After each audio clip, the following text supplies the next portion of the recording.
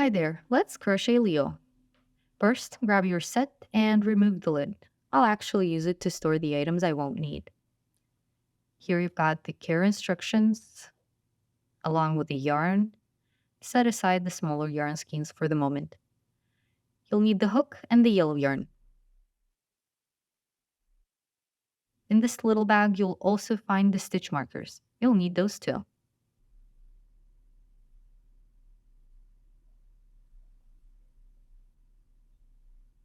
Set the stuffing aside.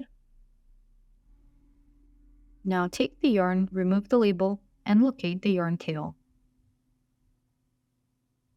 Place the yarn ball inside the tin. This way the yarn will stay clean and unravel smoothly. It will also help you control the tension in the yarn.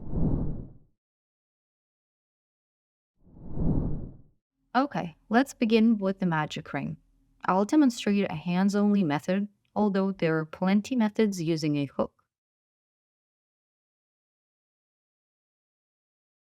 Take the yarn, holding the yarn tail with your right hand and the working yarn with your left hand. The working yarn is the one attached to the yarn ball, and the tail is the one that's being cut off. Now let's start with the base of the ring. Fold the working yarn over the tail and pinch the intersection. Now pull the working yarn out of the loop that we've just created. You should have a new loop in your left hand. Give this new loop a twist to form a cross at the base. Then pull the working yarn through this loop, tightening it until the knot is snug but not too tight. Test the magic. Pull on the yarn tail, and if your ring tightens up, you've got it right. You can adjust it back and forth to ensure it's not too big. If it's too big, it's going to be uncomfortable to work with in the next step. Now put the yarn tail back inside the ring. This will keep these two strands of yarn nicely together. And pull the loop to adjust it to the size of the hook. Insert the hook in the loop and check the size of the loop. It is quite clear that this loop is too big for our hook, so we're going to pull on the yarn to make it a little tighter. Make sure the loop on the hook is just the size of the tip of the hook. This allows the hook to slide easily in and out of the loop. Now turn your palm face up, place your yarn on the pinky and the ring finger. Fold the fingers and bring the yarn behind and over the middle finger and the pointer, with your magic ring landing on the middle finger.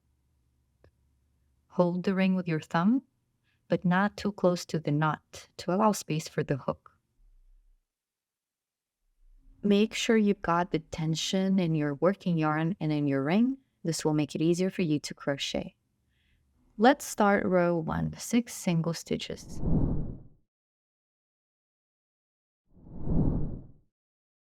Slide the hook in the ring and grab the working yarn from beneath, or yarn over. Pull the hook out of the ring, and now you should have a new loop on your hook. Make sure it's about the same size as the first loop you had. Now yarn over, and at this point, twist the hook downwards to secure the yarn. This will make it easier to pull the working yarn through both of the loops on your hook. Now pull the yarn through, and once you're done, you've made your first single stitch. Check the size of the loop so it's just about the tip size of the hook, and continue putting in stitches into your ring. We have 5 more to do. Put your hook in the ring, yarn over, and twist the tip of the hook just to secure the yarn. Pull out a new loop, make sure it's the right size, and yarn over again. Twist the tip of the hook and pull the working yarn through both loops on the hook. You should have only one loop on the hook when you're done. Now let's make 4 more single stitches into the ring.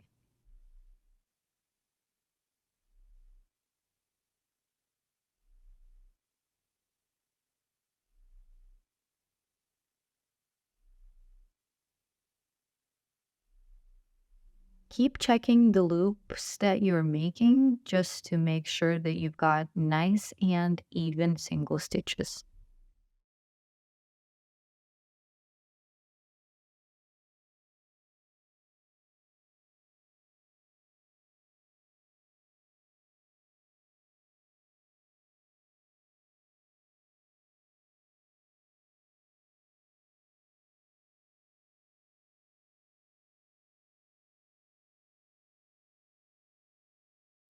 Once you're done with the sixth stitch, pull on the hook to make a larger loop. This will save our last stitch from falling apart. Here you can see we've got our 6 stitches all lined up. Each stitch has the shape of a V. Now let's tighten our ring.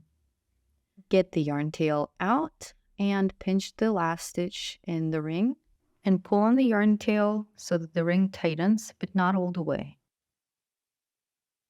To count your stitches, turn your work so that the edge is facing you and begin counting from the first stitch. You can gently pinch each stitch to make it easier to see the next one. The large loop that we pulled out with the hook is the end of the row and is not considered a stitch. This is the stitch number 1, 2, 3, 4, 5, and 6. Find the second stitch. This is the first one and the second one. We are going to mark the second stitch with a stitch marker. Slide the stitch marker under the V, and here's the first one, here's the second one, and lock the marker. Now let's do the same with the third stitch, which is immediately to the left of the second one.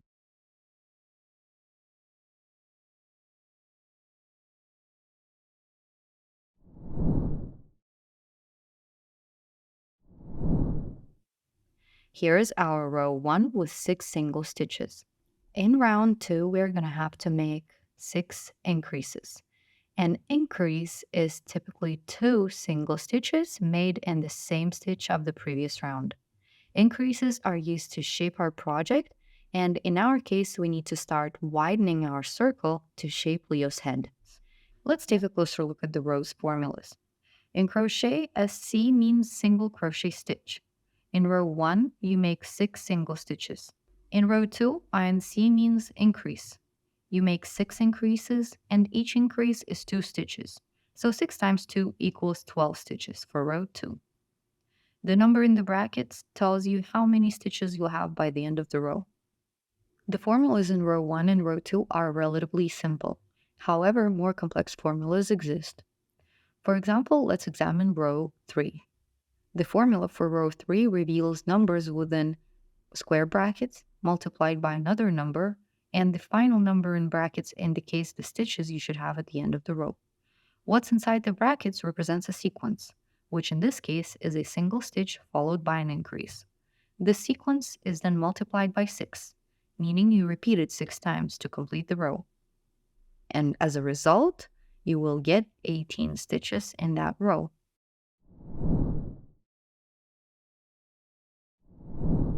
Now let's start the second row. Put your hook in the loop and tighten it. Get your yarn in working position. Now we gotta make our 6 increases. So put your hook under the first V, the one that's not marked. Make sure you have 3 loops on your hook. Yarn over and pull the yarn out of that stitch. Now yarn over again. Don't forget to twist the tip of the hook. Yarn over and twist the tip of the hook. And pull the working yarn through both loops. Now that we've made our first stitch, we have to mark it as the first stitch of our second row. Put the marker in the stitch that you've just created. And now let's continue making our increase. We are going to put our hook in the same loop, not in the second stitch where the blue marker is, in the same first stitch, and pull the working yarn out of it again.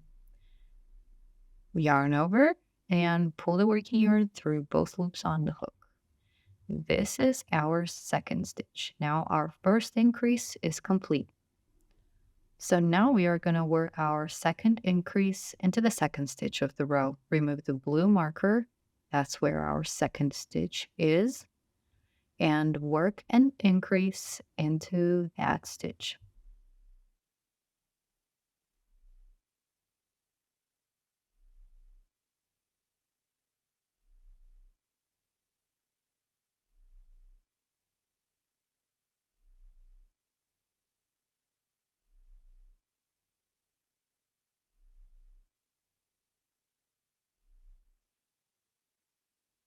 Now that we're done with our second increase, let's remove the purple marker and continue with our third increase.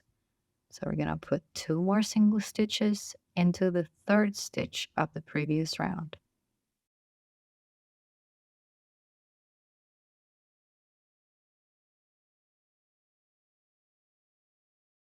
So by now we've made 3 of our increases and still have 3 more to do.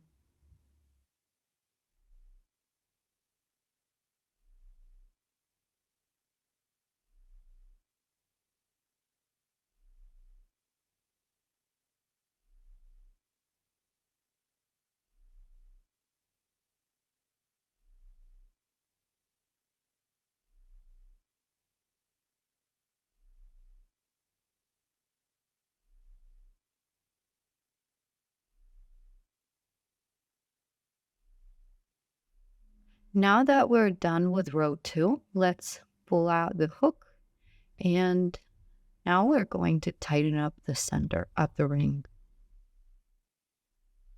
Turn your work around and find the yarn tail.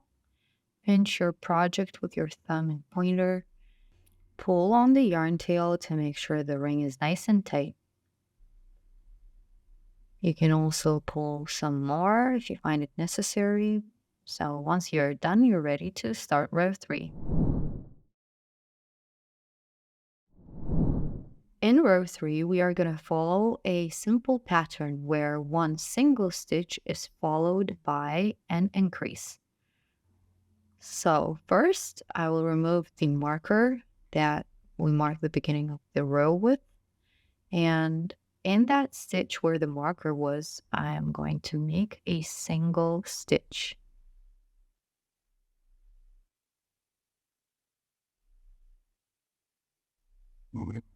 Now that we've made the first stitch, you want to mark it as the beginning of the row. So put the marker in and follow along with an increase.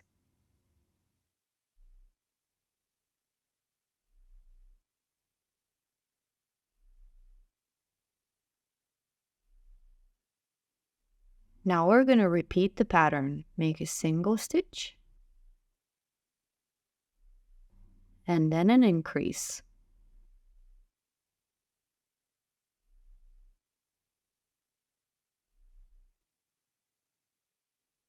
And again, make a single stitch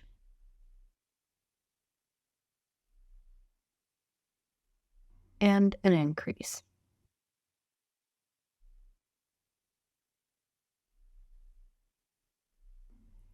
Continue following the same pattern until the end of the row.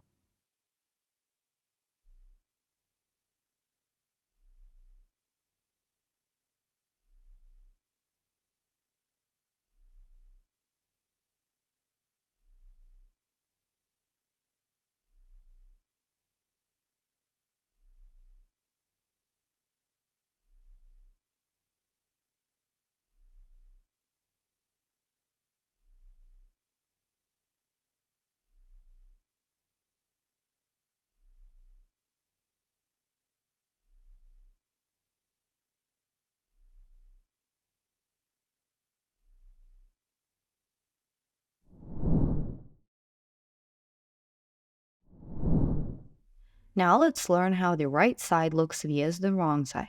On the right side, you can see only vertical bars. On the wrong side, though, you will see the horizontal bars. You want to hold your project so the right side is always facing you. You already know how to count your stitches by the rim, counting the V's, but let me show you what those look like when you look directly at your project.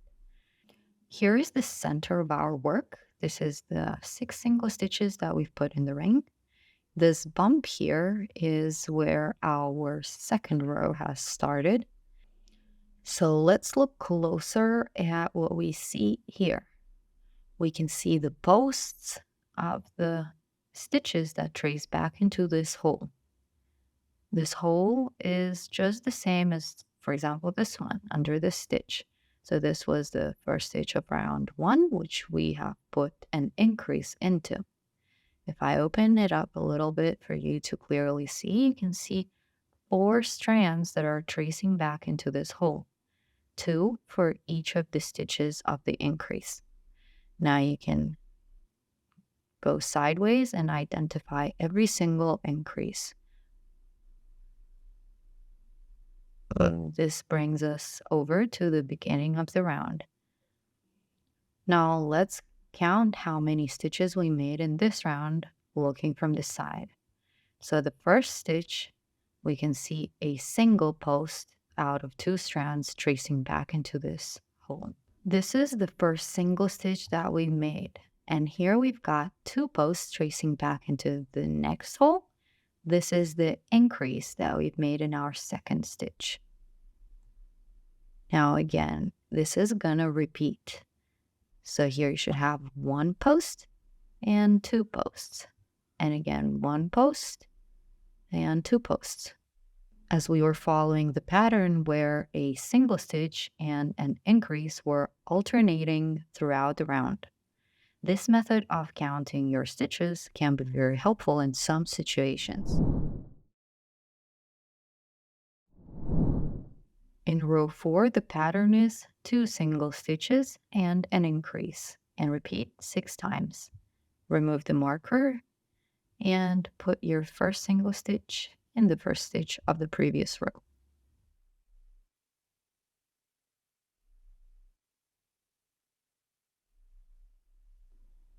Don't forget to mark your first stitch with a marker and follow along to make another single stitch.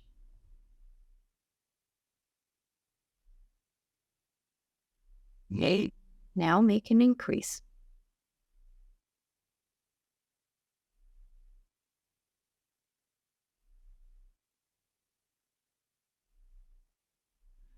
Now repeat the pattern 5 more times. 2 single stitches and an increase.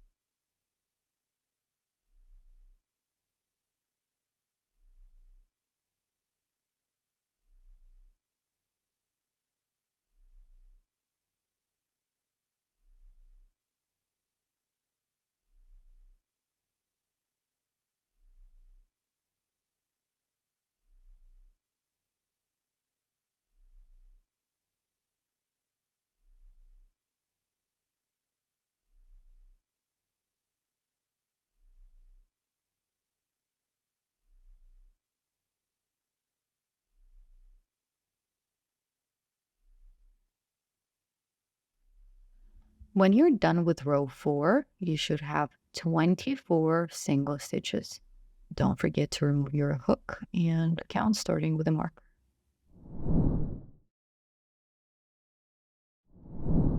So what happens if you found that you have too little or too many stitches in your row?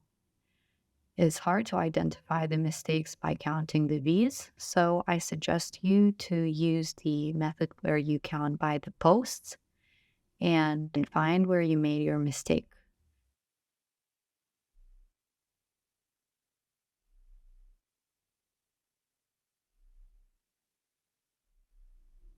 Whenever you figured it out, place your finger on the last stitch that has to stay and gently pull on the yarn. This is called frogging. Pull on the yarn until you actually have that stitch with its loop left in your fingers. Put your hook into the loop to preserve it and finish your round as normal.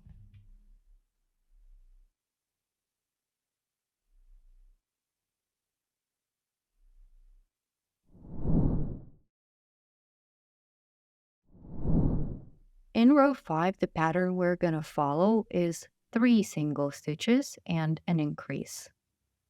Let's make the first single stitch of round 5. And don't forget to put your marker in. Now follow along with 2 single stitches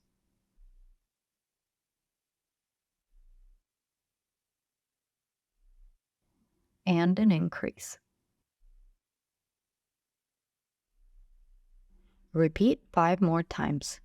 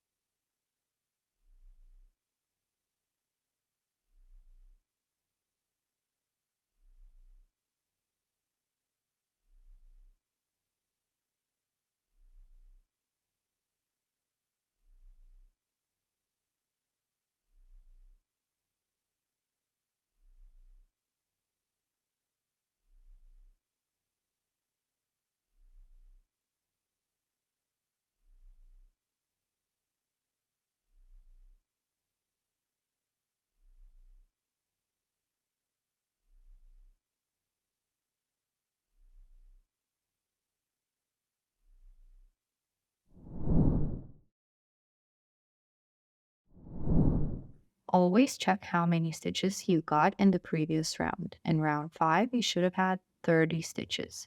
In round 6, 7, 8, 9, and 10, we are going to make 30 stitches each. So follow along with the next 5 rounds and make 30 single stitches in each of the rounds. So I marked off my first stitch and I'm continuing to put in single stitches.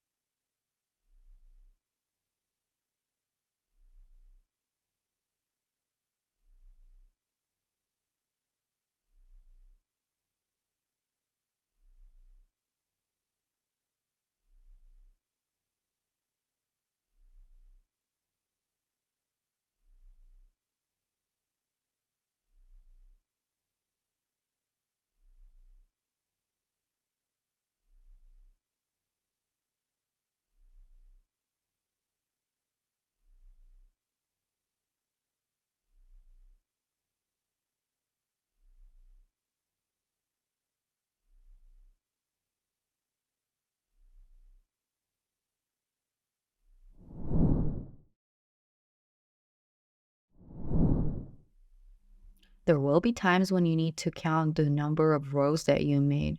So if you count on the side where the bump is or where there is no bump, you should have the same quantity of rows. Of course, if you finish the last row. So this is 1, 2, 3, 4, 5, 6, 7, 8 rows.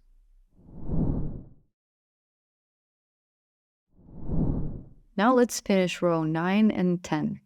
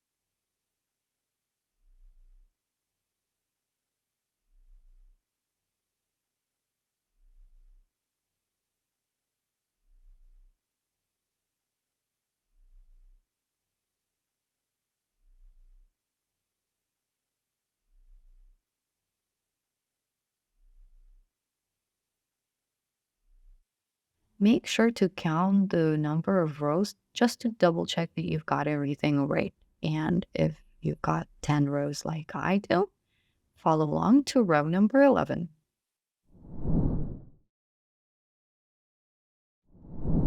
The pattern we are going to follow in row 11 is 3 single stitches followed by a decrease, and repeat this 6 times. Decreasing in crochet involves combining stitches to reduce their number and shape our project. Previously we had 30 stitches, but now we're going to make 24. Now that I got my stitch marker out, I'm going to put in my first stitch and mark it.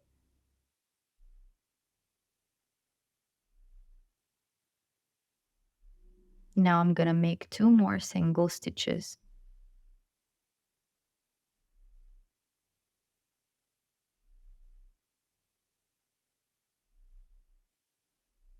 And now we're going to make our decrease. To do that, I'm only going to be using the front bars of the next 2 stitches. So I'll put my hook under one side of the V only and do the same to the stitch immediately to the right. Now I'll pull the yarn through those loops, forming 2 loops on my hook. And now, as usual, yarn over and pull the yarn through both loops on your hook again. So now we've done our decrease. Let's follow along with the pattern and make 3 single stitches and a decrease.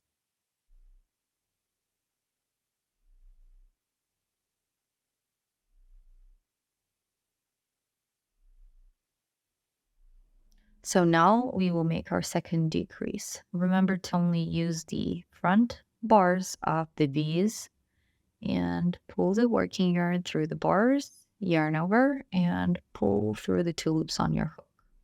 Now you can also look at the rim to find the next full V that you've got to put your single stitches into.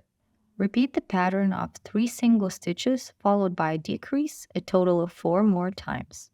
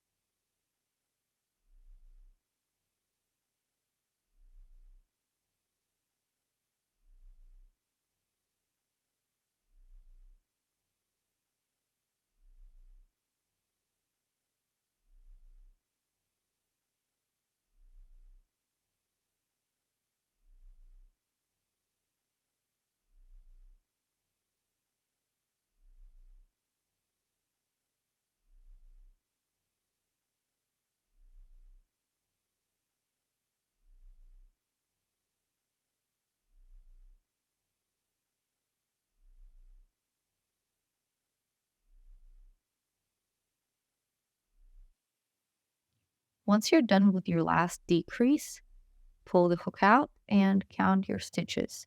You should have 24.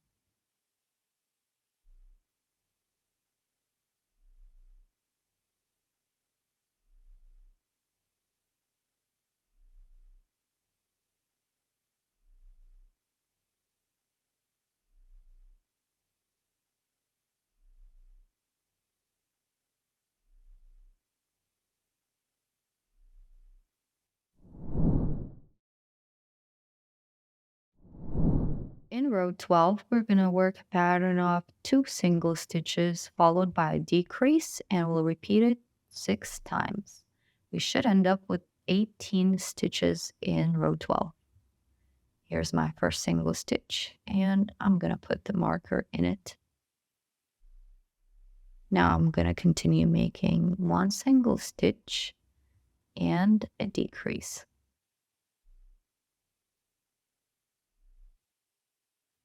Repeat this pattern 5 more times.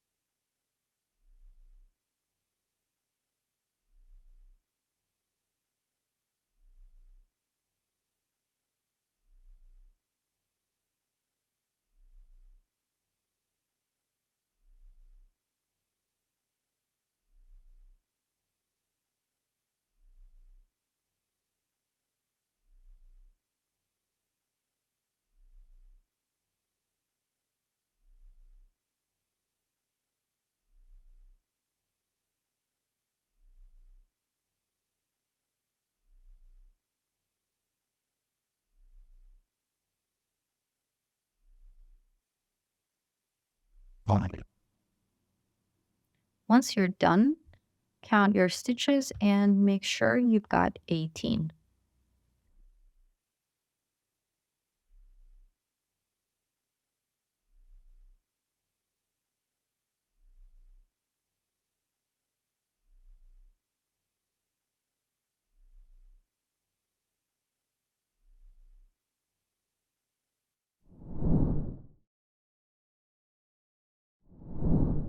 Before we move on to row 13, we're going to put in the eyes. The eyes come with a silver pad that makes them shine, as well as a backing that you use to lock the eye in place. Once you put on that backing, it is going to be very hard to take it off.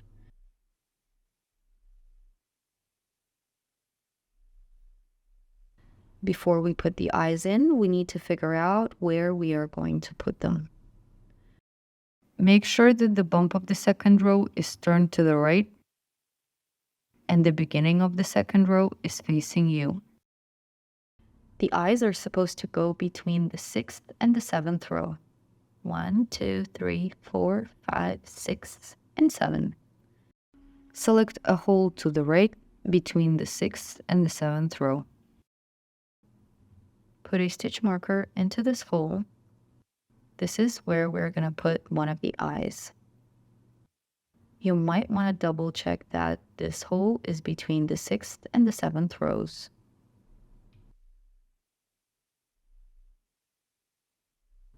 So now let's figure out where we need to put the second eye. There are small holes and we need to count 4 of those to the left. And our second eye will go in the 5th hole. So count the 5th hole from the stitch marker to the left and widen that hole a little bit so you can clearly see it, and put a stitch marker in there. Now let's check. We should have the stitch marker in a hole, then 4 holes to the left, and a stitch marker in the 5th hole. You can also count by the bars here. You should have 5 bars between these stitch markers. Now you can use the stitch marker to widen this hole just a little bit and remove the stitch marker and put the eye in this hole. You can also remove the second stitch marker and replace it with an eye, but I am going to keep the stitch marker here just so the eye doesn't fall out. Now let's secure the first eye. Find the stem of the eye inside the project and put the backing on it. Then press with your thumbs until it clicks shut. Once you're sure the eye is secure, proceed to put in the second eye. You may want to use the stitch marker to make the hole a little wider, and then put in the eye.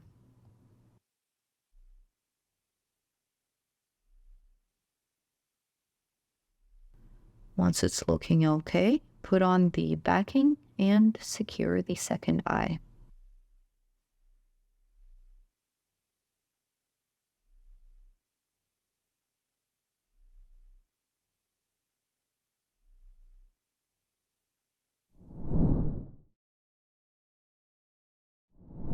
In row 13, we are going to alternate between a single stitch and a decrease. So make a single stitch first, then a decrease, and repeat this pattern 5 more times. When you're done with this row, you should have 12 stitches.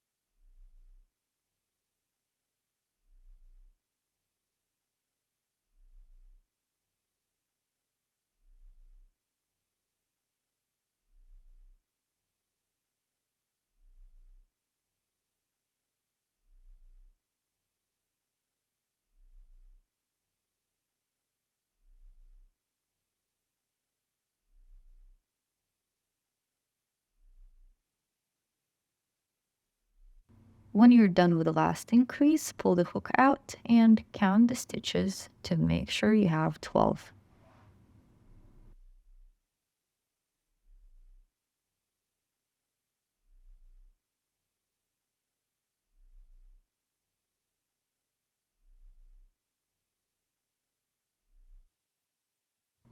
Now is the perfect timing to start stuffing our toy.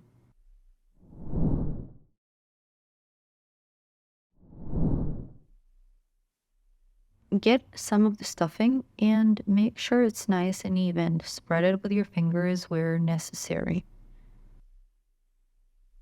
Now start filling up the head. We are only going to put like half of the filling into the head because if we put more, it's going to stick out and get in our way when we try to crochet.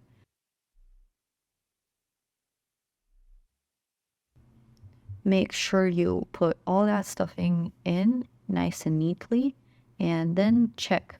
If your toy is still too soft, you can add a little more.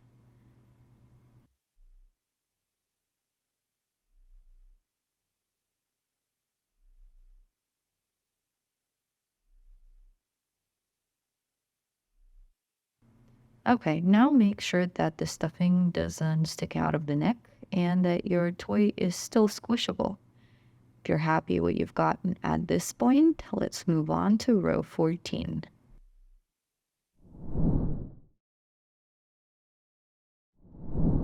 In row 14, we're going to make 12 single stitches. Remove your stitch marker and get a hold of the yarn.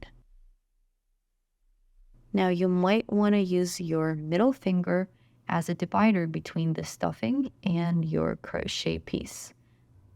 This will make it easier not to pull the stuffing out of the loops together with the working yarn.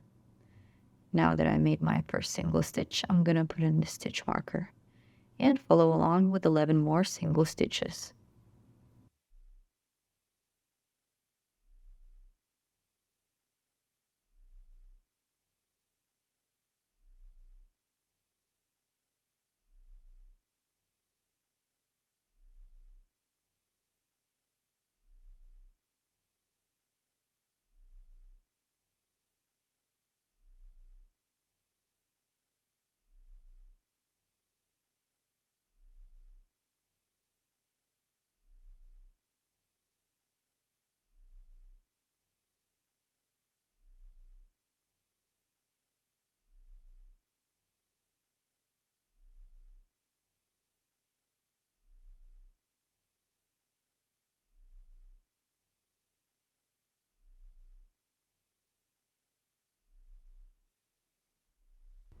Don't forget to count your stitches before we move on to row 15.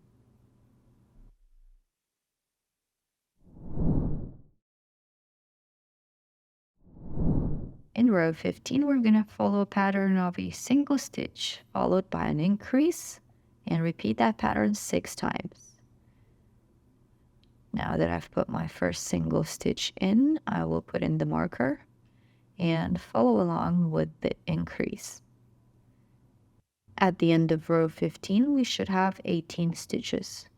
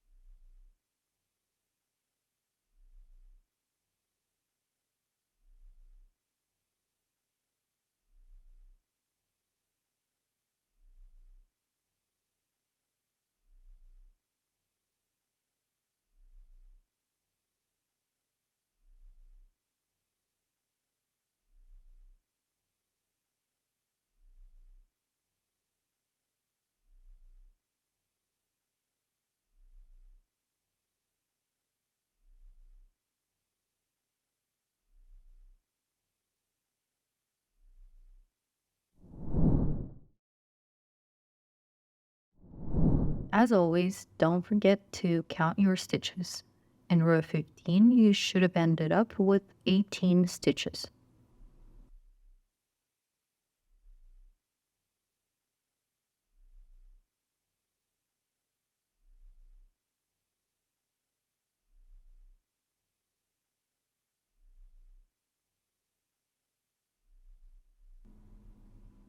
If all looks right and you've got 18 stitches, move on to row 16.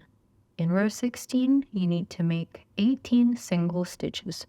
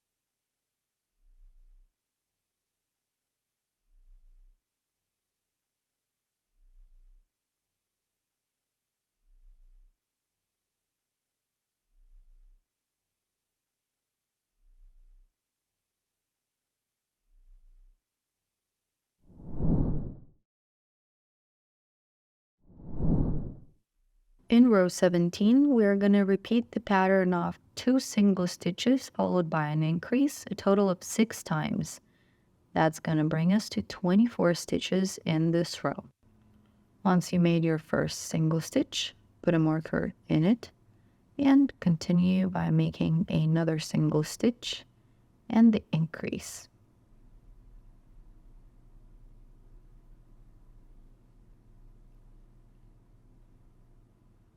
Repeat the pattern 5 more times. Single stitch,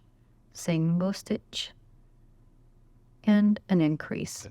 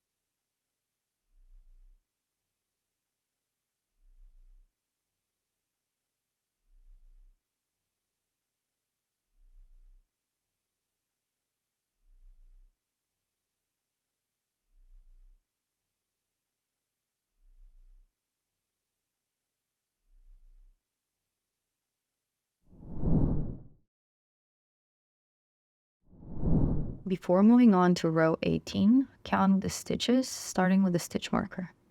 You should have 24 stitches.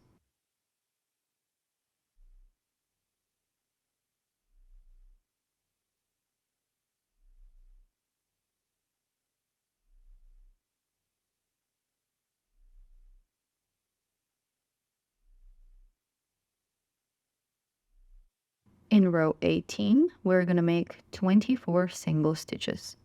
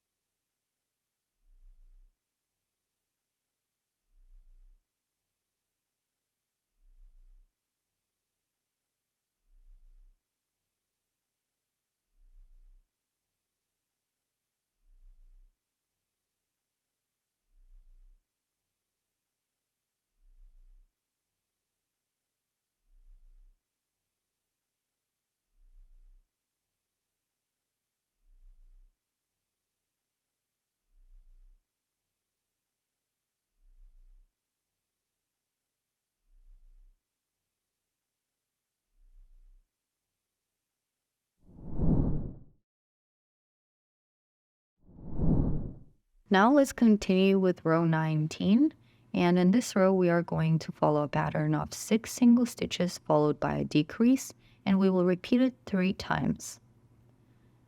Here goes my first single stitch, and I'm going to mark it off with a marker as usual.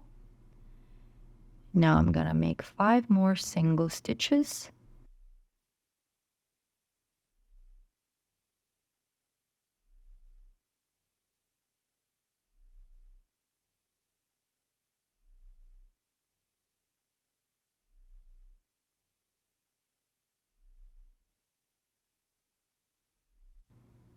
And a decrease.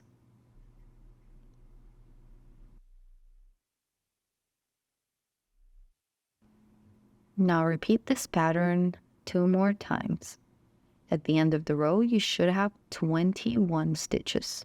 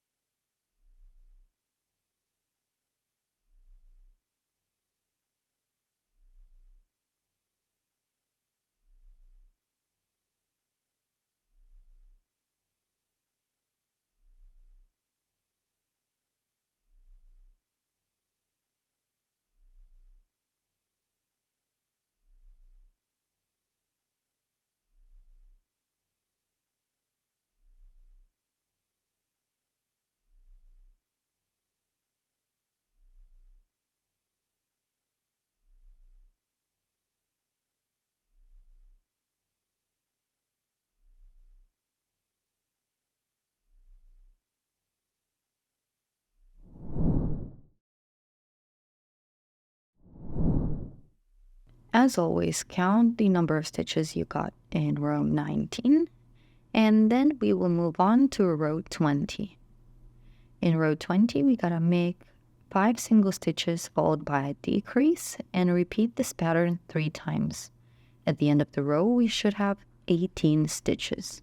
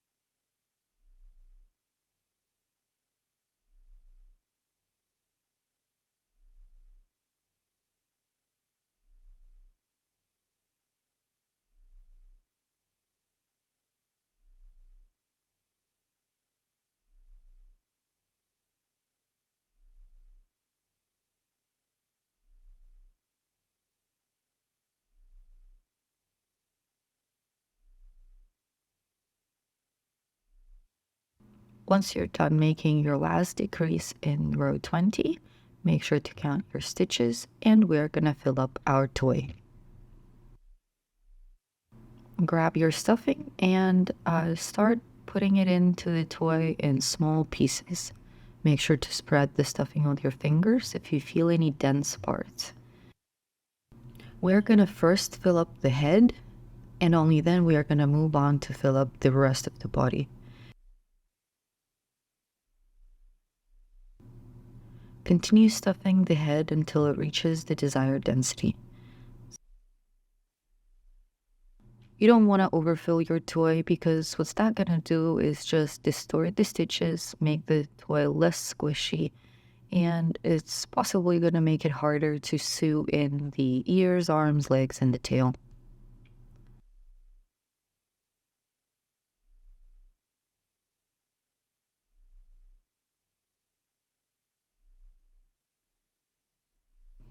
once the head of your toy is nice and squishy and you're done filling it up, start filling the body.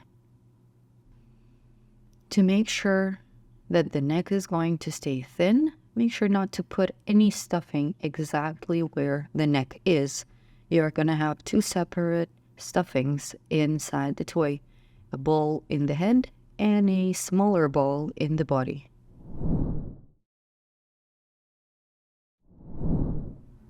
Once we're done stuffing our toy, we're going to move on to row 21. In this row, the pattern we're going to follow is a single stitch followed by a decrease, and repeat that 6 times. Don't forget to put in your stitch marker when you're done with the first stitch of the row. And once you're done your single stitch, follow along making a decrease, and then repeat the pattern 5 more times.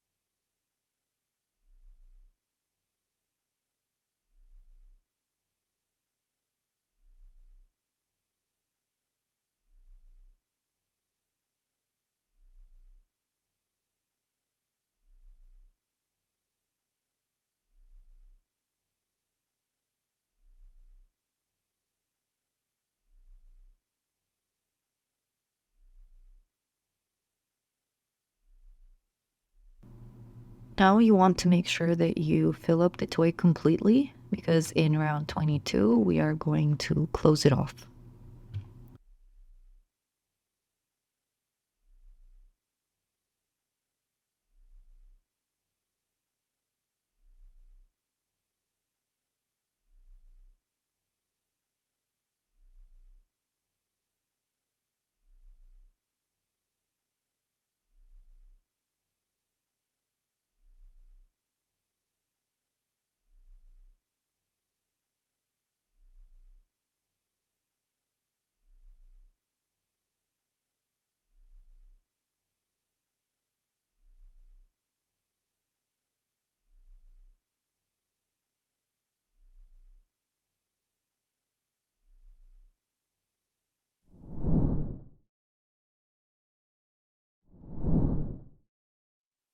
At this point, we are nearly done with the head and the body. So in round 22, we are going to make a total of 6 decreases.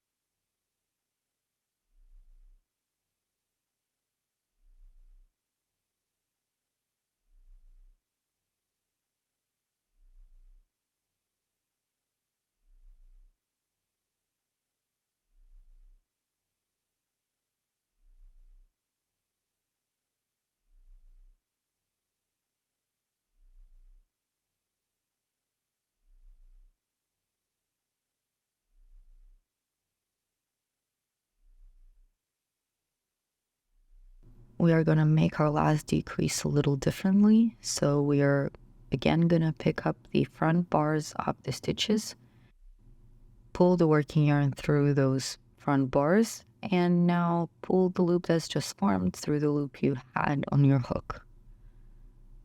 This will make the end of this row a little smoother. And now we can remove the stitch marker as well as cut off the yarn.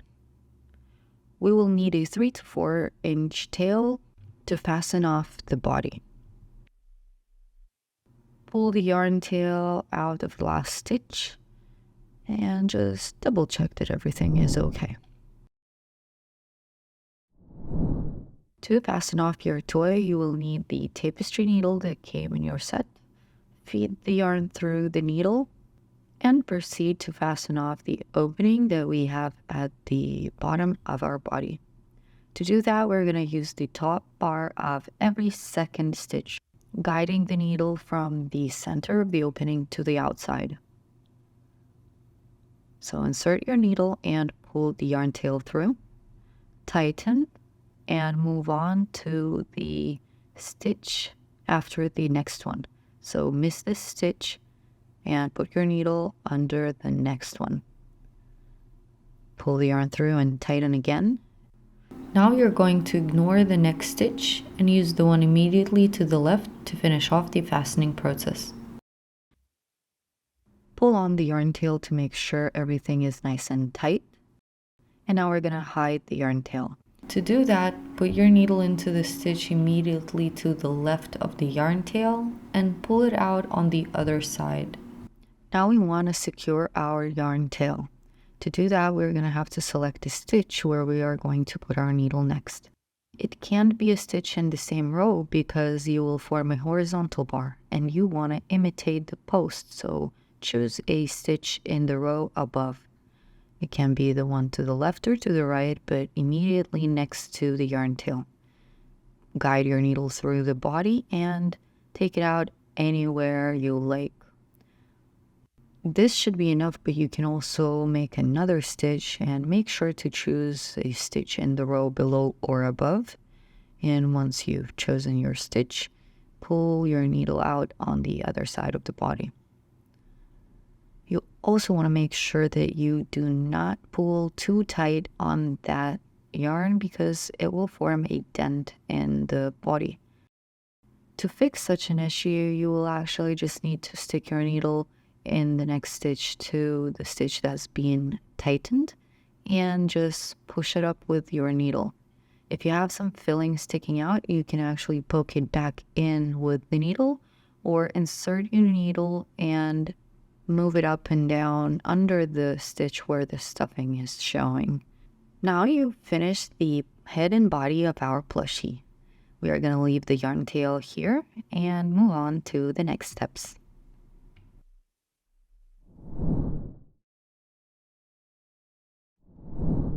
Now we want to make the ears. Make a magic ring, fold the working yarn over the yarn tail, pull the working yarn through the ear ring, and twist the loop that has been created. Now pull the working yarn through the loop and tighten until the knot at the base is quite snug. Then adjust the loop to fit the hook.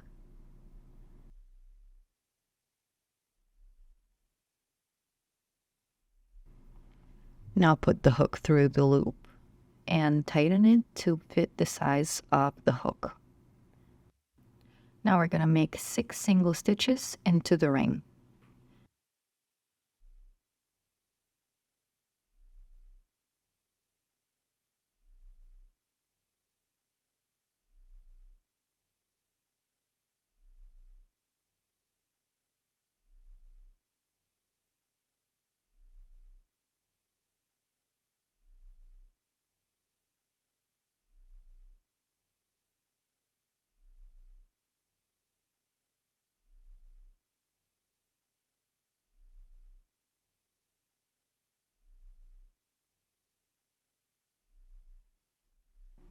Now let's tighten the magic ring. Pull on the yarn tail until the middle of the ring is nice and tight.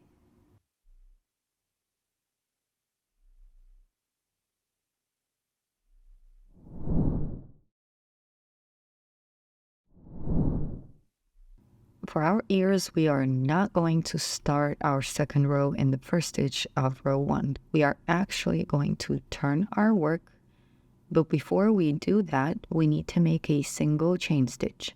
Chain stitches are simple, just yarn over and pull the yarn through the loop on your hook. Now flip your project. This chain stitch serves as a turning chain and provides the height needed to begin row 2.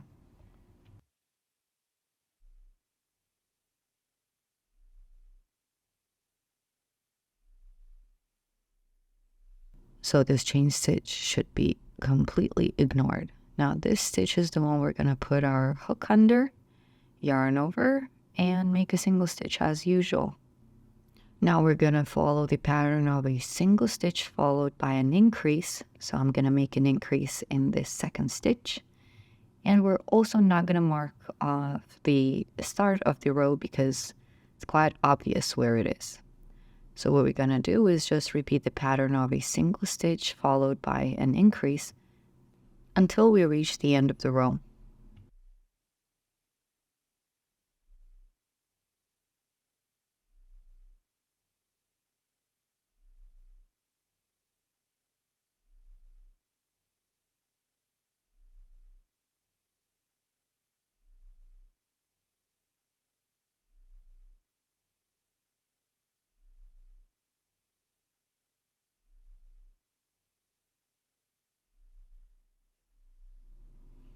When you're done with the last increase in the row, make the chain stitch and pull out the working yarn.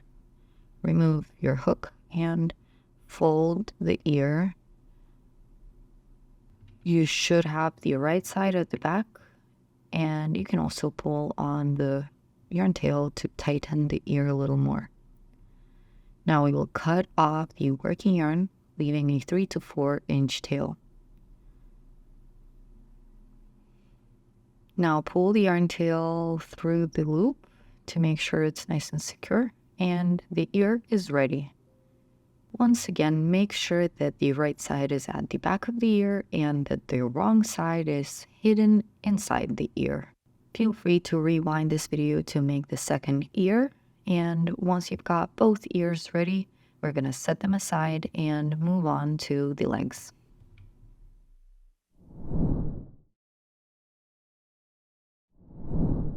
To make the legs, we need to start with a magic ring.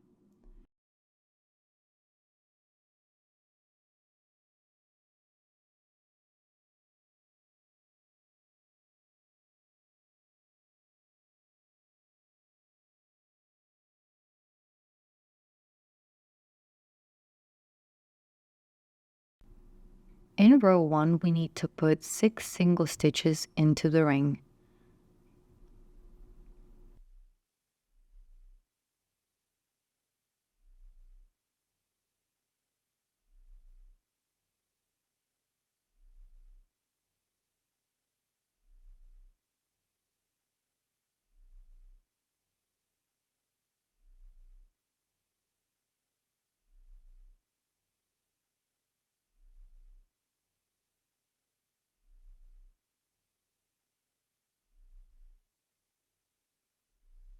When you're done putting in your stitches, make sure you have 6 and tighten your magic ring.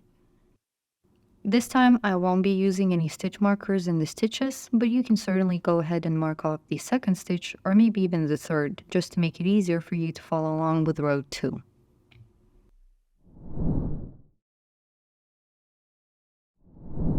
In row 2, we are going to make 6 increases, which means putting 2 single stitches into each stitch from the previous row. Don't forget to add a stitch marker into the first stitch you made in row 2. Now work another single stitch into the first stitch of row 1 to form your increase. Make 5 more increases to complete row 2.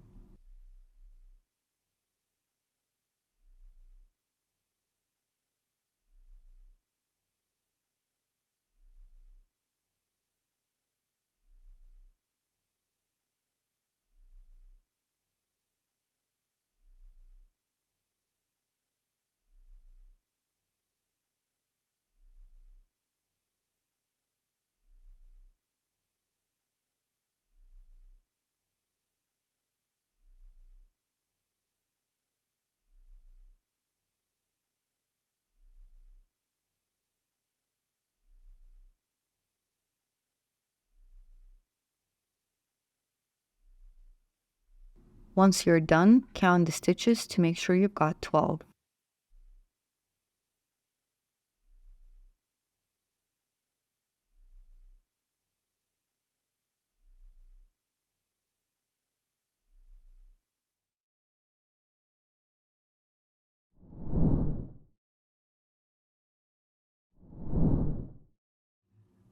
In row 2, we are going to follow a pattern of a single stitch followed by a decrease, and we're going to repeat that 6 times. At the end of row 3, we should have 8 stitches.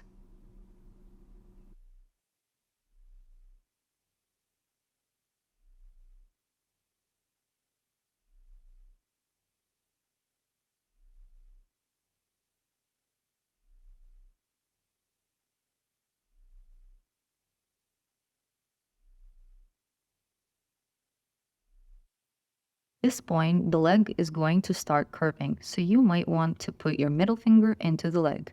This will keep you from accidentally catching on to different stitches on the opposite side, or alternatively, you can pinch the project or fold it in half to see all of the stitches clearly.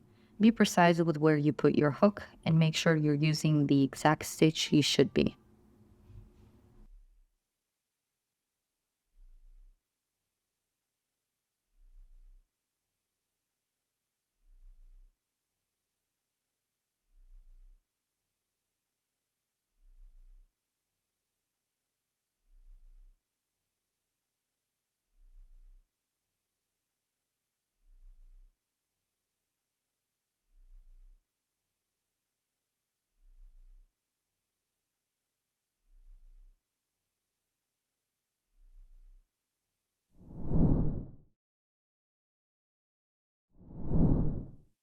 In rows 4, 5, and 6, we need to make 8 single stitches each. And once we build up a little bit of the leg's length, we will be able to put in a little bit of stuffing and tighten up our magic ring. That should be done somewhere around the end of row 4 or maybe row 5.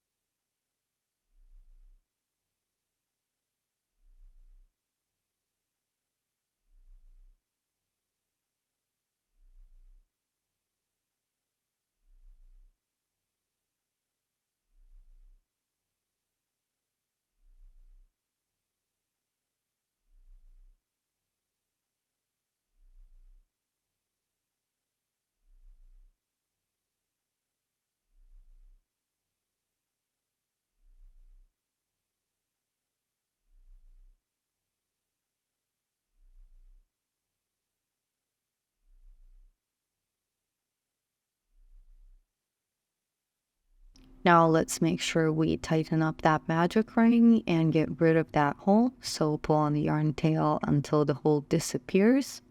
And once you're done, you're gonna put the yarn tail inside the leg.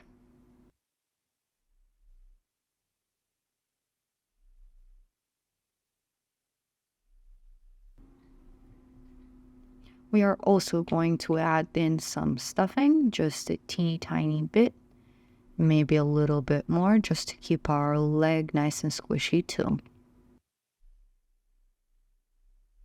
I'll prepare several pieces of the stuffing so that I have kind of equal sized pieces for both legs. So 2 of the pieces will go in leg 1 and the other 2 will go in the second leg.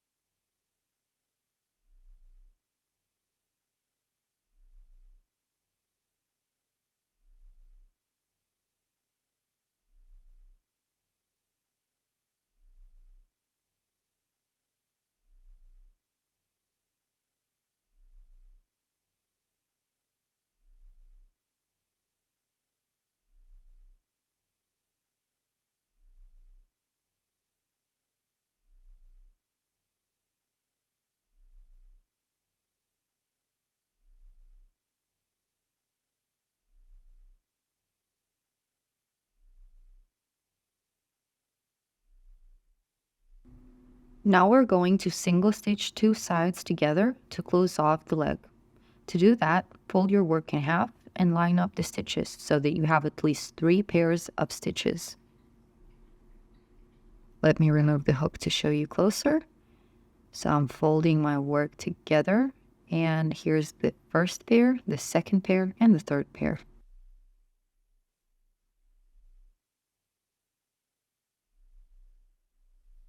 Now I'm gonna put my hook through the first pair of stitches, pull the working yarn out, and yarn over. This creates my first connecting single stitch. Now I'm gonna make the second one. I'll put the hook through the second pair of stitches and make a single stitch. Now I'll finish off with the third pair. Now pull out a large loop and remove your hook. You can also shape the leg a little bit with your fingers to ensure it has a flat bottom and a slight slope at the top. Cut off the working yarn, leaving a 3 to 4 inch tail for sewing. Pull the yarn tail completely through the last stitch and repeat the process to make the second leg. To make the arms, we will start with a magic ring 2.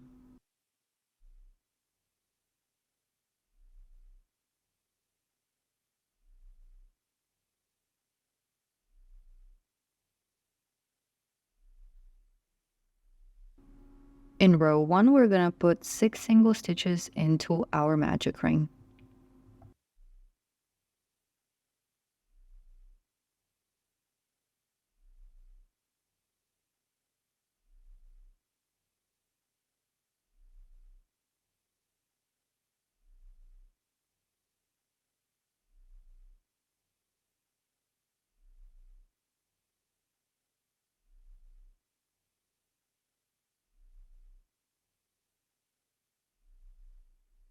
As usual, make sure to count your stitches before you move on. If everything is good, just tighten your magic ring. Remember not to tighten too much, and let's move on to row 2.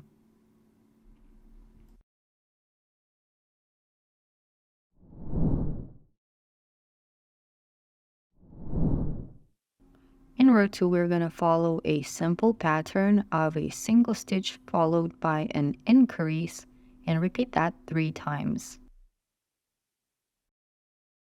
Don't forget to put the stitch marker into the first stitch of row 2 and continue by making an increase. And repeat this pattern 2 more times. At the end of the row, you should have 9 stitches.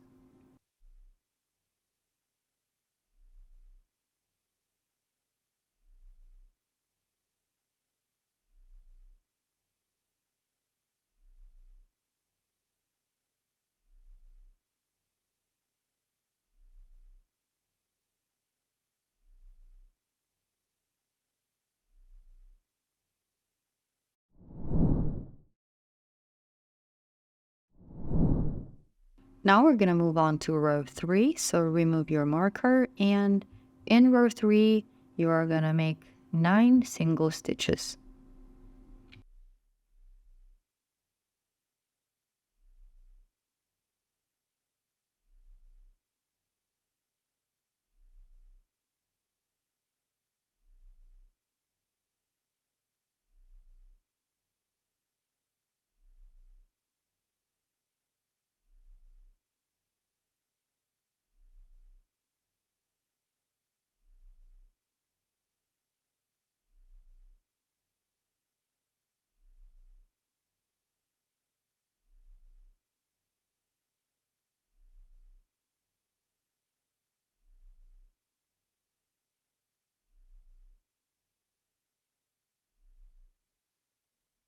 Now let's tighten up the magic ring. So as usual, pull on the yarn tail until the hole disappears.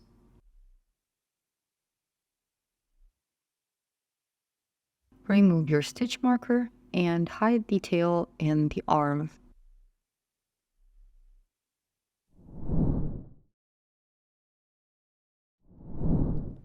In row 4, we will follow a pattern of a single stitch followed by a decrease and repeat it 3 times.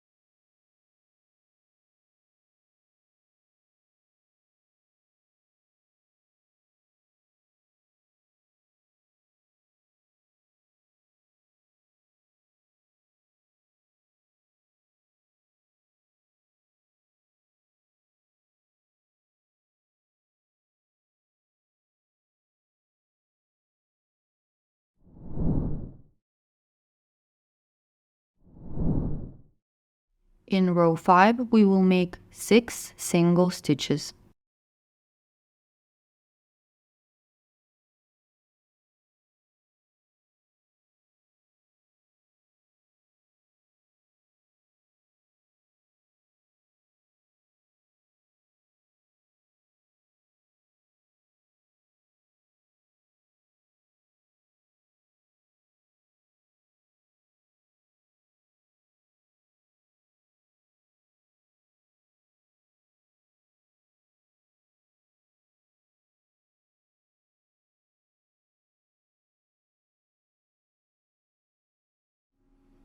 To close off the arm, we're going to single stitch 2 sides together. So again, just like with the leg, line up the stitches so you have 2 pairs and put your hook through the first pair. Make the first single stitch and then do the same with the second pair of stitches. Insert your hook through both and complete your single stitch. At this point, the arm is done. Cut off the working yarn, leaving a 3 to 4 inch tail for sewing. Repeat this process to make the second arm.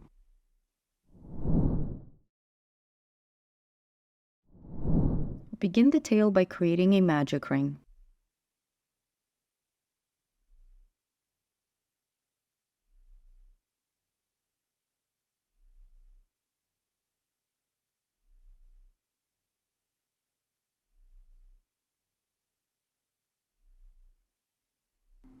In row 1, we're going to work 4 single stitches into the ring.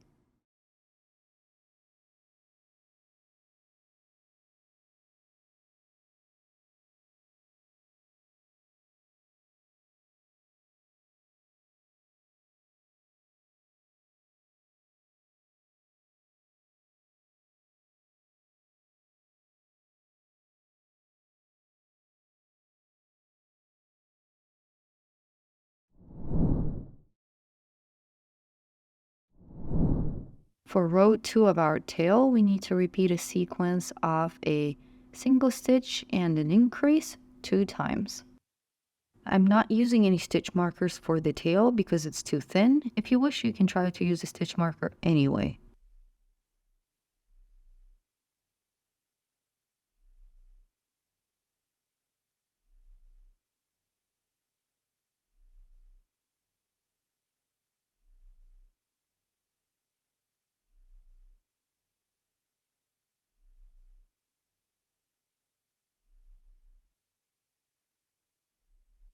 Once you're done with row 2, gently shape the tail with your fingers and it will begin to take form.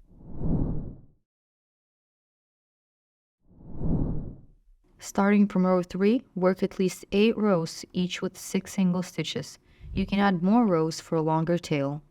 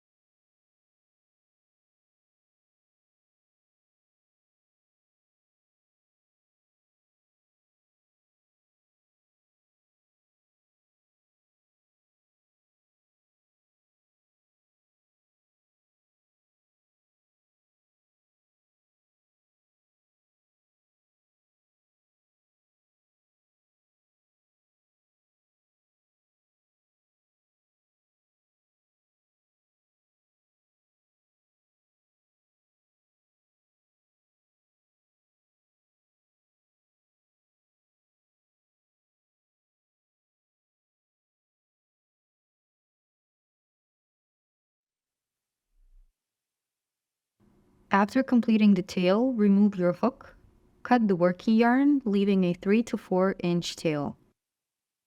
Then pull the yarn tail through the last stitch for a secure finish.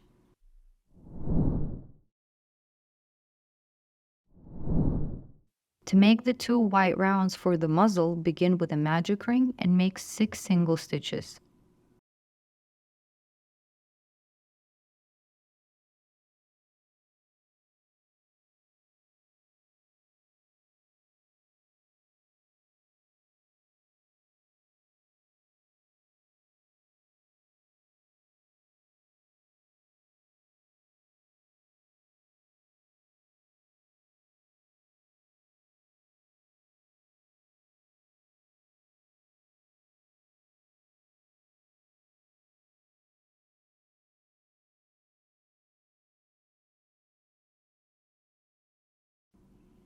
Once you're done, tighten the magic ring, and at this point we will do the invisible fasten off.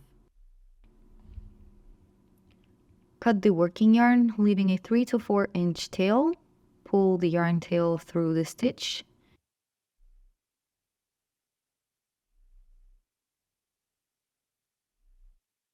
Now take the tapestry needle and thread it with the yarn.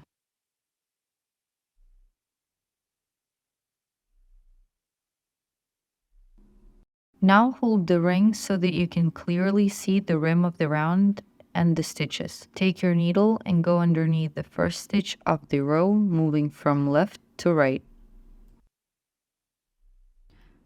Now we're going to finish off by inserting the needle in the middle of the last stitch from the top to the bottom direction. Then take the needle out on the wrong side of the project. This imitates a stitch, allowing for the invisible fasten off. Repeat this process once more to create the second part of the muzzle.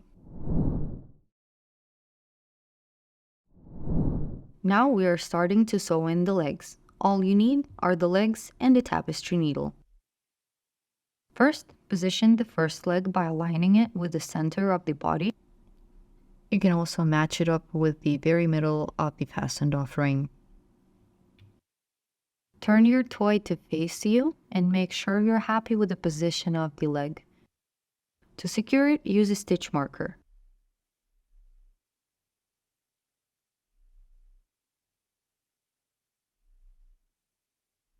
Now let's position the second leg in the same way, ensuring both legs are symmetrical. Project to face you to ensure that the legs are evenly fitted. Once you're satisfied with their position, insert a stitch marker to secure the leg to the body.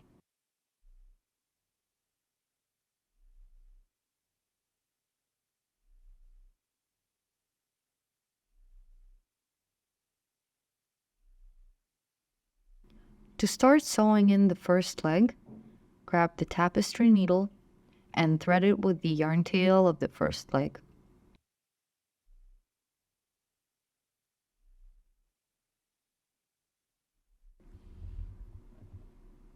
Now you want to put your needle into the stitch that is immediately underneath where the yarn tail is, and guide your needle to the other side so that it matches up with the last stitch of the seam on the leg.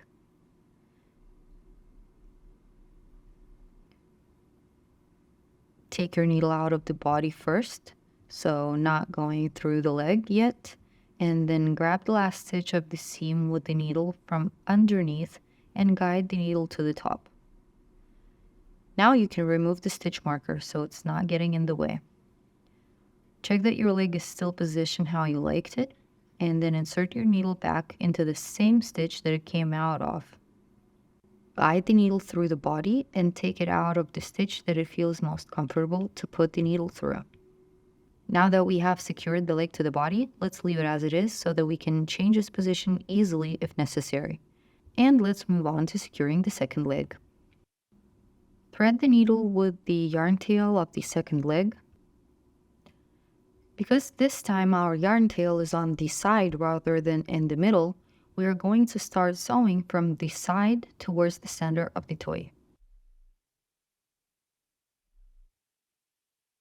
sure your leg is positioned correctly, and then put your needle into the stitch that is right underneath the yarn tail. Guide the needle through to the middle of the body and pull it out of the body. Next, grab the last stitch of the leg with the needle from underneath and guide the needle to the top. After that, put the needle in the exact same stitch in the body that it came out of and guide the needle straight out of the body. Now you can remove your stitch marker. Choose the angle for the needle before inserting it into the body, as this trajectory will be the easiest to use. Changing the angle while the needle is inside the body can make the process more challenging. Let's secure our legs completely. So without removing the tapestry needle, we are going to secure the first leg. Put your needle into the next hole in the row above or below so you don't form any horizontal bars.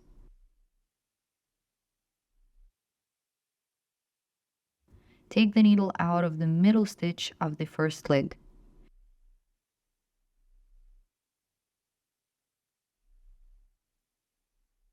Now that we got our yarn out of the middle of the leg, put it into the first stitch and only put it through the leg.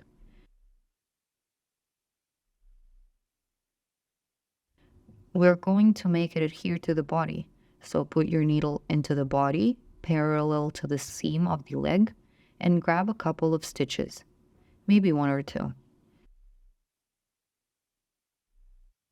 Now do the same on the leg itself. Make sure that the needle is parallel to the seam of the leg and grab a couple of stitches. Once that's done, insert your needle into the stitch that's immediately under the yarn tail and take your needle out at the back of the body. Now our leg is nice and secure, and it's also adhering to the body, which makes it look much nicer. Leave the yarn tail at the back for now, and let's switch to securing the other leg. So grab the other yarn tail and thread it through the needle. Now you want to repeat the same process. Put your needle in the row above or below to form another vertical bar and imitate a stitch, and bring the needle out of the middle stitch on the leg.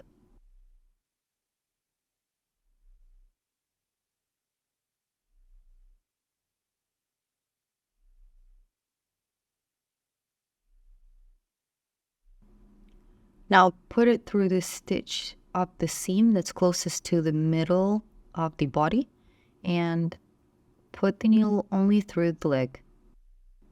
And now put the needle into the body and guide it through several stitches parallel to the seam of the leg. Now turn your work around and do the same on the leg itself. Make sure you're only sewing through the top layer of the leg and not the bottom one.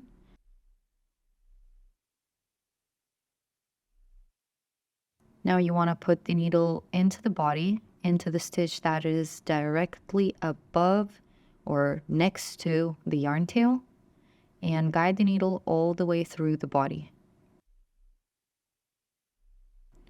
Leave the yarn tail at the back.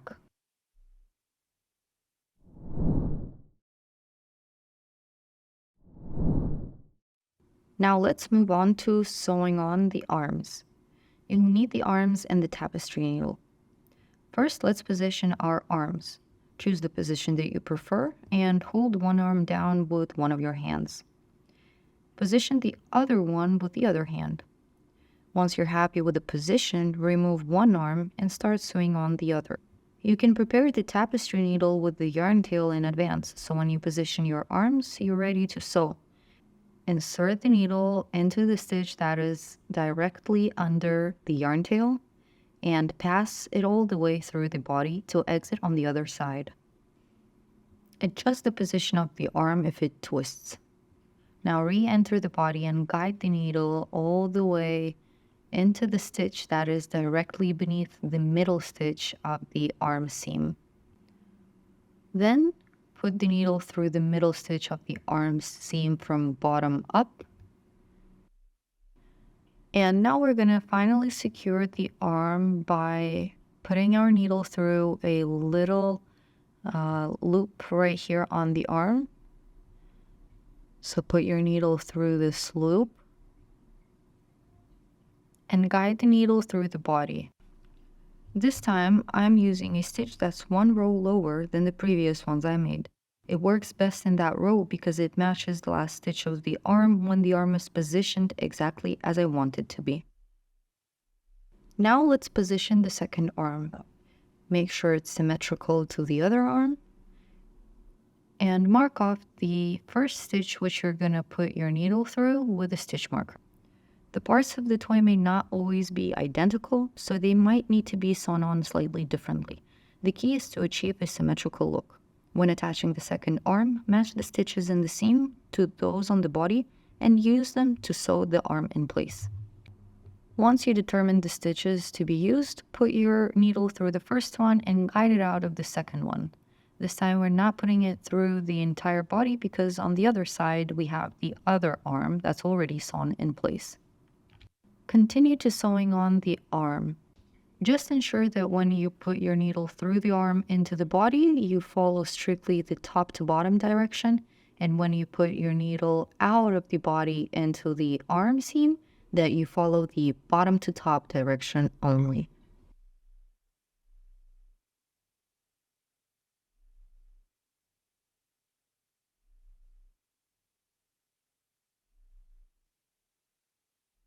After sewing through all the stitches in the arm seam, pass the needle through the entire body using the stitch immediately below the yarn tail. Leave the yarn tail at the back. Turn the toy toward you to double check if the arms are positioned as intended.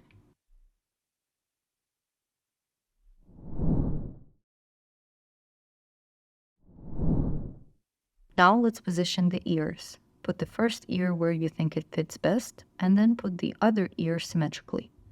Check if you like how it's looking, and if so, let's start sewing on the first ear. In the ears, we've got two yarn tails, the working yarn and the yarn tail from the magic ring. Make sure to use the tail from the magic ring and thread it through the needle. We are going to use this yarn tail to temporarily secure our ears before we sew them in place.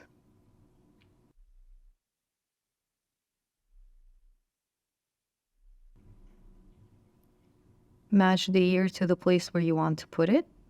And because the yarn tail is in the middle of the ear, put the yarn tail in the corresponding stitch of the head under the ear and guide it through the whole head.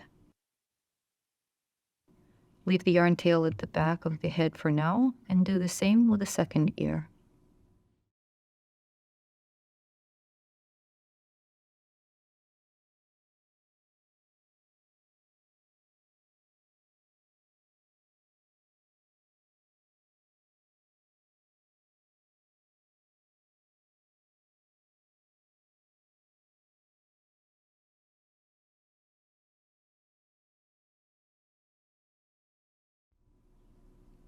Try to make the ear symmetrical.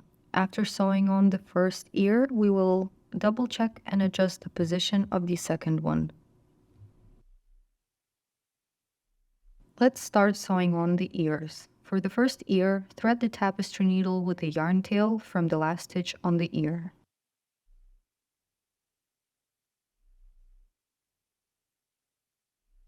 Hold the ear close to the head and insert your needle into the stitch right below where the yarn tail is. Pull it out in front of the ear. Then pick up the next stitch of the ear from the bottom up. Alternatively, you could have brought the needle out of the head behind the ear and put it through the same stitch from back to front.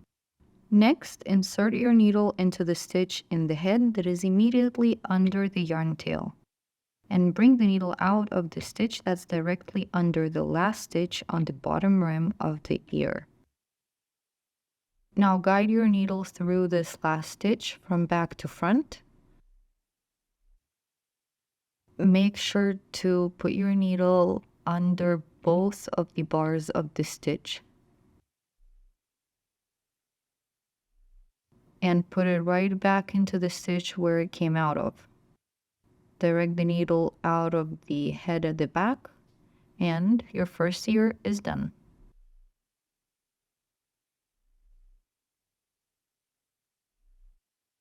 I decided to reposition the second ear because it was initially too close to the top of the head. To help me determine the new placement, I'm using the eyes as a reference to better fit the ear.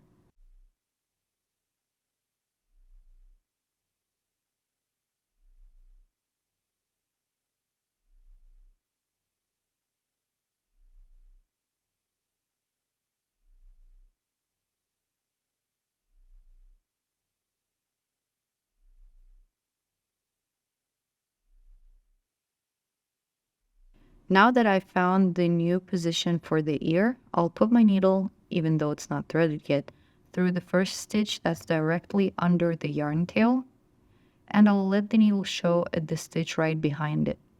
Then I will thread the needle. I did this because it was most comfortable to do, and I knew that the ear was going to twist out of place when I'm going to thread the needle.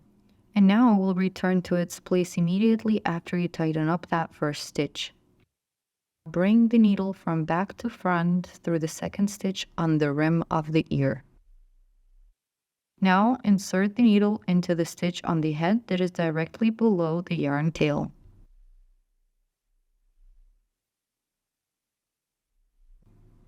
Take the needle out behind the ear and make another stitch from back to front through the ear and into the head.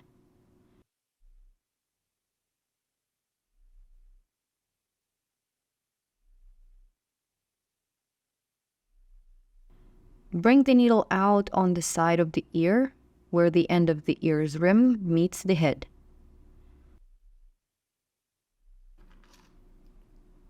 Put the needle through the last stitch on the ear's rim.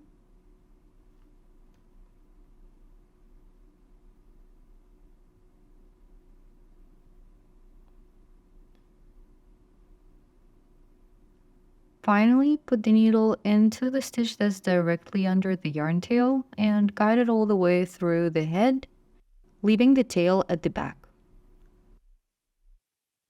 And our ears are ready.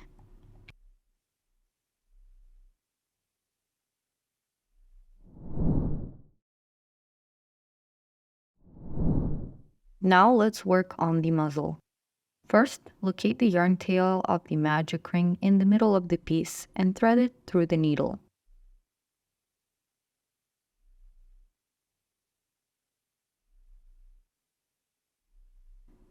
Now place the part of the muzzle back and put the needle through the middle stitch, the one that was right under the center of the round.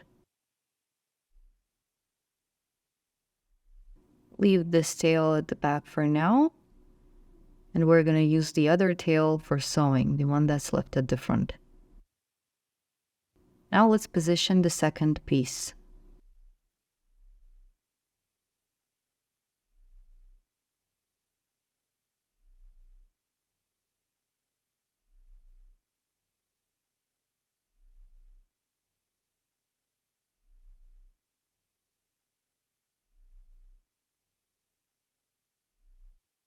Make sure that the pieces are symmetrical and guide your needle through the head, allowing it to exit somewhere at the back, and leave the yarn tail there.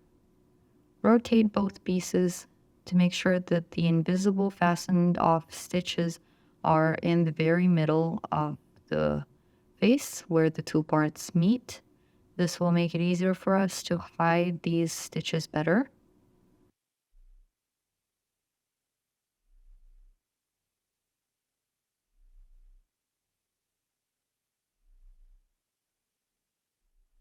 Okay, let's start sewing.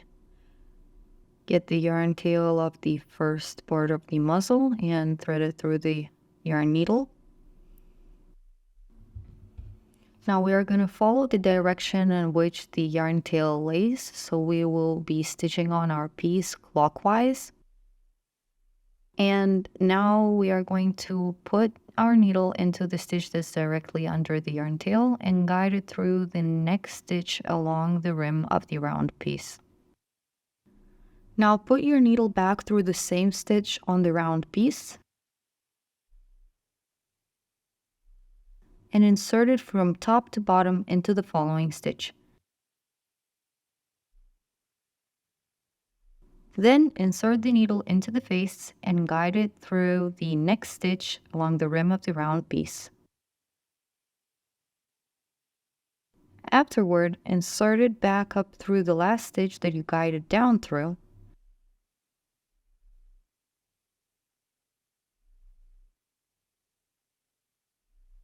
Continue sewing on the face in the same manner. Remember to maintain the directions as shown. When entering the round piece, go from bottom to top, and when entering the face, go from top to bottom. This way the seam will be nearly invisible.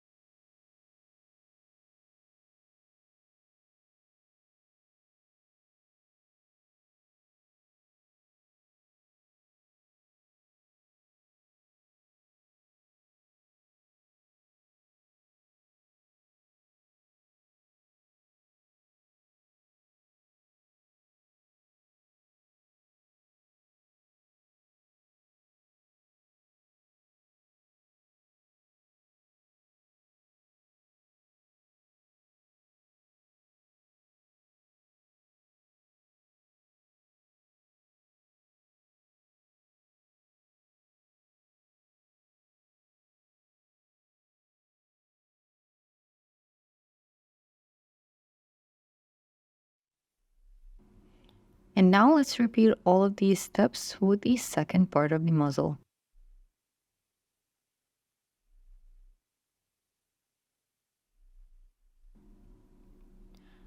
I suggest you to start sewing on the round piece at the very center, making sure to leave a small triangular gap at the top between the two round pieces. The white parts should meet at the level where the centers of those parts are.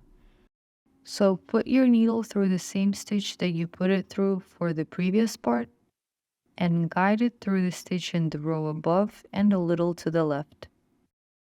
Then continue sewing on the piece just like you did with the previous one.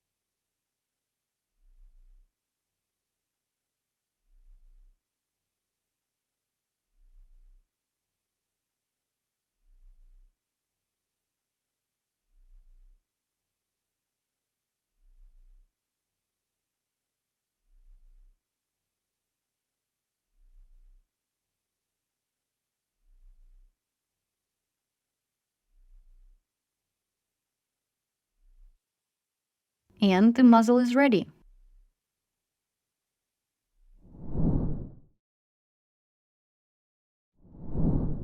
Before we continue sewing on the tail, let's first hide all of the yarn tails at the back of the toy.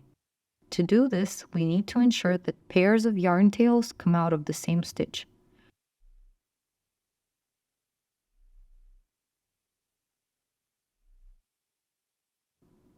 For the yellow yarn tail, simply guide one yarn tail through the next closest stitch into the stitch where another yarn tail is. Once that's done, tie the yarn tails together twice.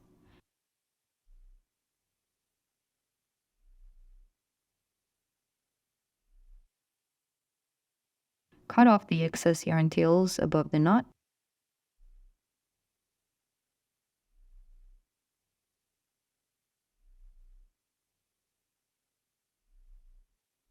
And use a needle to push the knots inside the toy.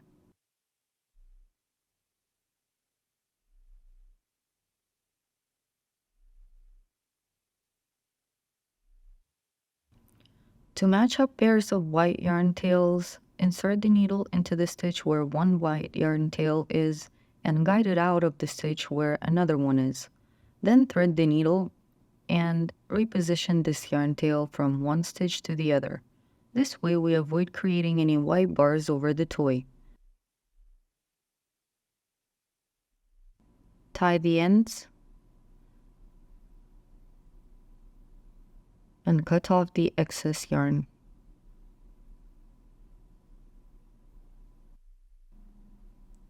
Then hide the knot using the needle. Repeat the same steps to hide the rest of the yarn tails. Ensure to only hide the yarn tails in pairs, and at the end of this process you should have one single yarn tail left. We are going to hide it when we sew on the tail.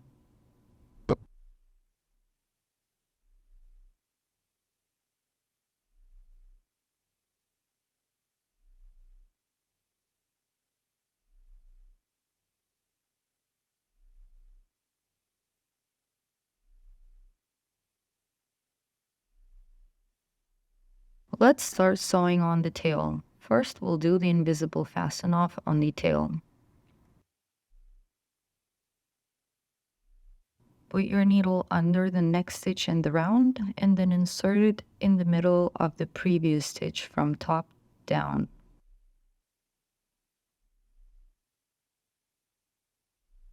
Now, find the perfect placement for the tail. It should be quite low.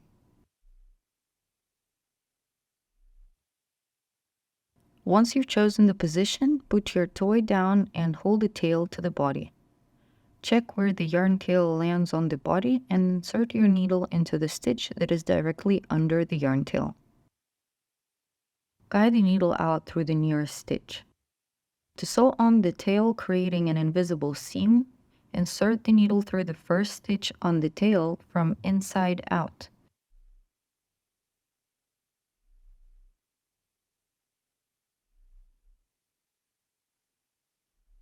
And then insert the needle into the next stitch of the tail from out in.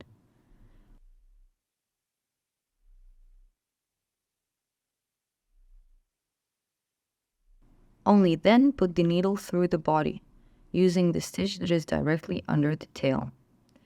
Now sew all the rest of the stitches to the body.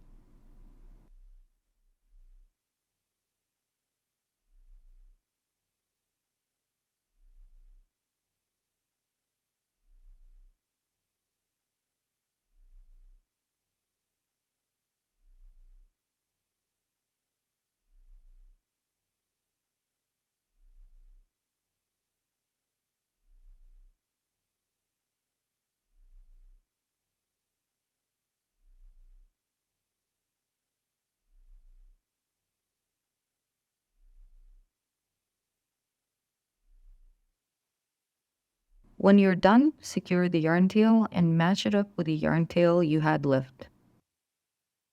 And hide both of those yarn tails.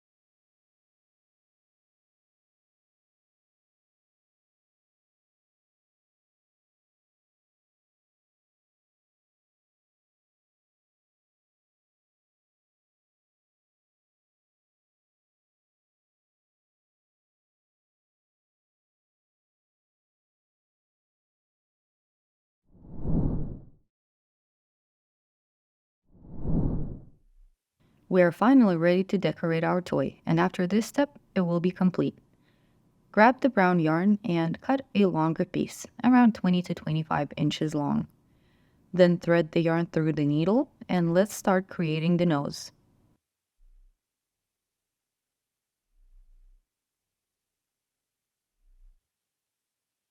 Insert the needle from the back of the head and guide it into the stitch that is right above one of the parts of the muzzle, closer to the middle.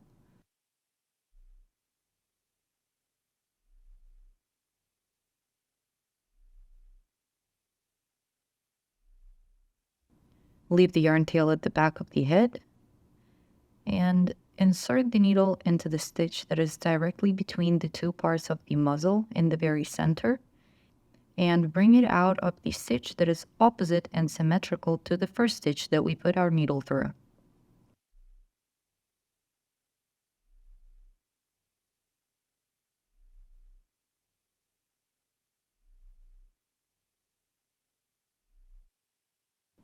Clear up any stuffing that might have come out. And now you want to put your needle through the same stitch right between the two parts of the muzzle and take it out in the first stitch that it came out of. Bring the needle over to the opposite stitch and let it exit at the back of the head.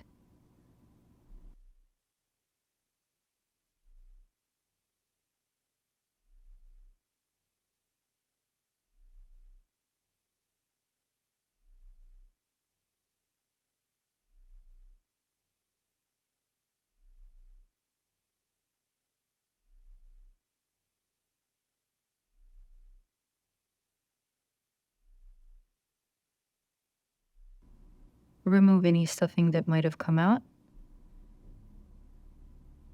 And you can also shape the nose with your needle. Make sure it's nice and even, and when you're happy with that, let's move on to the leopard print.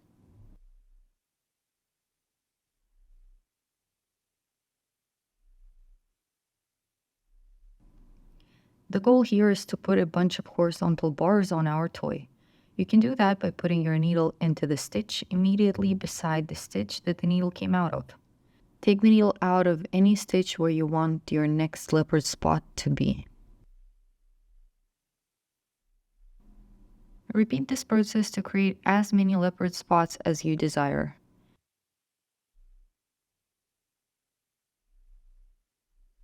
Repeat this process to create as many leopard spots as you want.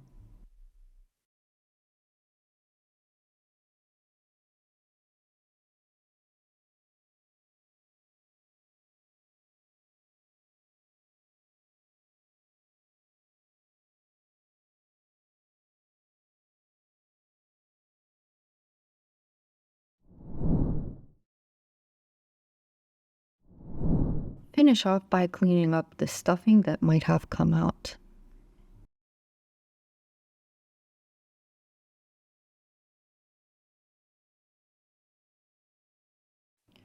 Once you're done with the leopard spots, your toy is finished. I hope you enjoyed the project. Please don't forget to take a picture of your toy and share it with us. We'd love to see your wonderful creation.